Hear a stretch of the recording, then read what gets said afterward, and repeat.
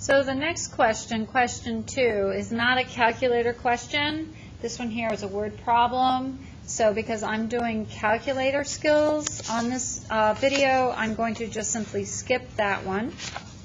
And we're going to go on again to the next one, which is an expression. So an expression, we have no equals at all. So we have, this looks pretty ugly, and we want to know which of these is equivalent to these, right? So this is what we're going to do. We're not going in here because I don't have an equation that I can do that with. I have too many variables. So I'm going to start on my regular screen. So if I assign a value to C and a value to D, then I can get an actual number value for this. And then these will give me their number values too. So let's just let C be a nice number like 2. And let's let D be a nice number like 3. So why did I pick 2 and 3? Because they're small. Those are always good numbers to start with. Sometimes you might get a problem when you have a fraction, but for the most part that should be good. So what are we going to do? We're going to do 2 store C and 3 store D. So it's a little tricky because now we're not dealing with X, which is very nice and convenient right here. So let's do 2 store, now C. C is a letter. Alpha stands for letter, so we're going to push alpha, and we're going to look for letter C in the green, which is right here, right above the programming button. Okay, so now whenever I use the letter C, it's going to come up as a 2.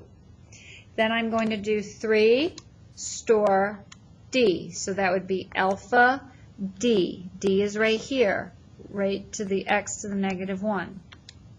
Okay, now I want to do this fraction. So I'm going to do alpha F1, which gives me my fraction. And I'm going to put in exactly how I see it. 18C. So that's alpha program. Now I have to raise this to the 8th power. So I'm going to use this caret, and I'm going to put in 8.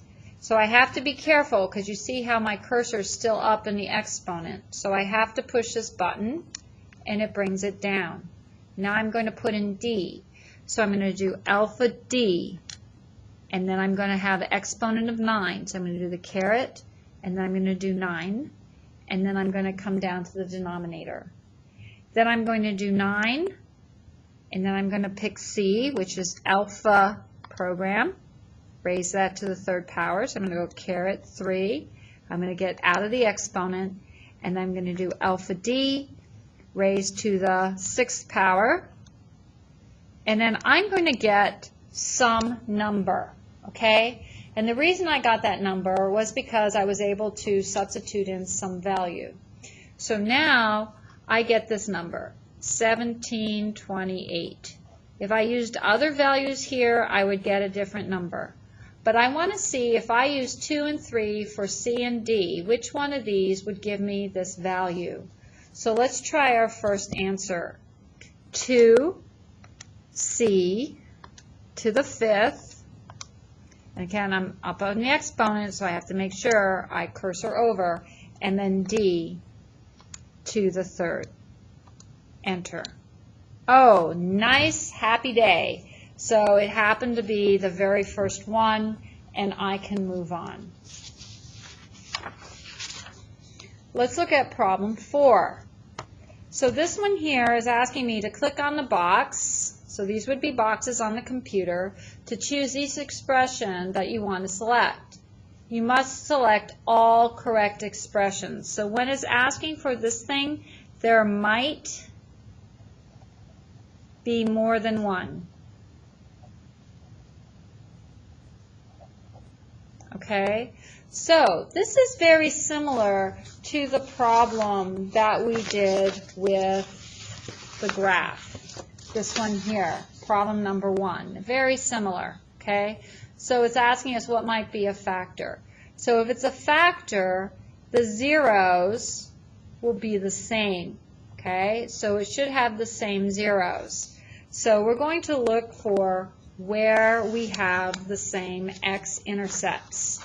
So let's put this in y equals. So we're going to put this in y1. So let's go ahead and do that. So I have 4x squared minus 2x minus 2. Let's just graph that to see what it looks like. It's always good to get a picture of what we're looking for. So it looks like we have a 0 somewhere around between 0 and -1. So it's probably -1/2. I don't know for certain, and 1. So that's where I want my zeros. I'm going to leave this here because what I'm going to do when I put each one of these in, I want to see where it crosses. If it crosses somewhere on that 0 for my function here, that x-intercept, that most likely is a factor of the polynomial. So this is very similar to the other one we did. So I'm going to do 2x plus 1, and I'm going to graph it. Okay, so notice right here that it went through the same 0. I'm going to actually make this a little bit bigger for you to see. I'm going to zoom in to where the x-intercepts are so that you can see what I'm talking about.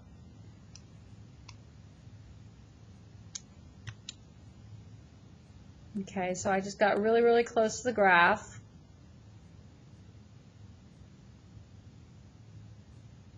And you can see it went right through that x-intercept.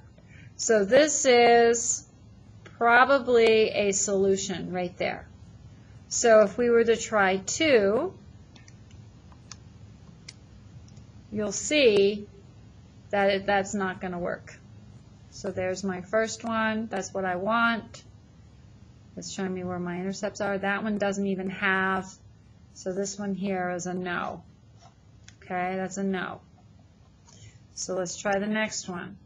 Notice we have to try all of them, and we're comparing our x-intercepts. So x minus 1, graph that.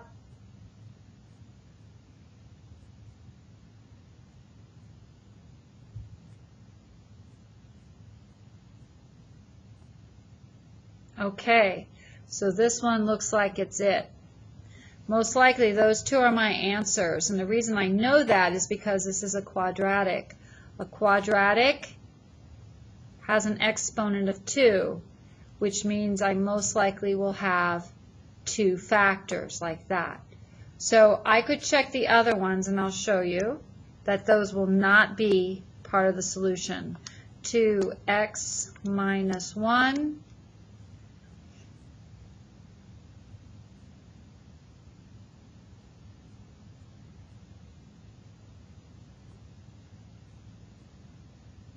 see, no x-intercepts there.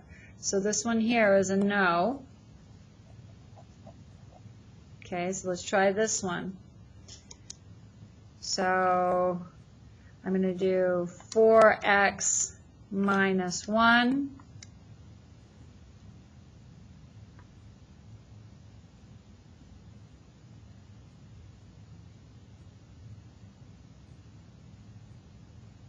And that one there is also a no. It doesn't have any x-intercepts, okay? So actually, if we were to go ahead and put these two in, we'll see they're very close. They're not going to be exact because there's actually a greatest common factor here. So I'm going to do parentheses, because this is one number, so I have to group it, 2x plus 1, close parentheses. And I'm going to put that in another parentheses, x minus 1, and I'm going to graph it. And we're going to see that they're going to have the same zeros. One is just a multiple of the other, so it's a little bit fatter, okay? It's not the same, so let me just show you what I'm talking about. Right here, I have 4x squared minus 2x minus 2. They all have a common factor of 2. So if I factor that 2 out, I get 2x squared minus x minus 1. Okay? So let me do this. I bet if I multiply this, our factors that we chose, by 2, I'm just going to insert a 2 in the front, it's going to be the same function.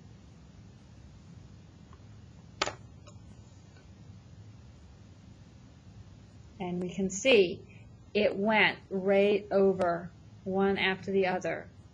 So I know that those two, these two here are my answers because they shared the same x-intercept. They had the same zeros.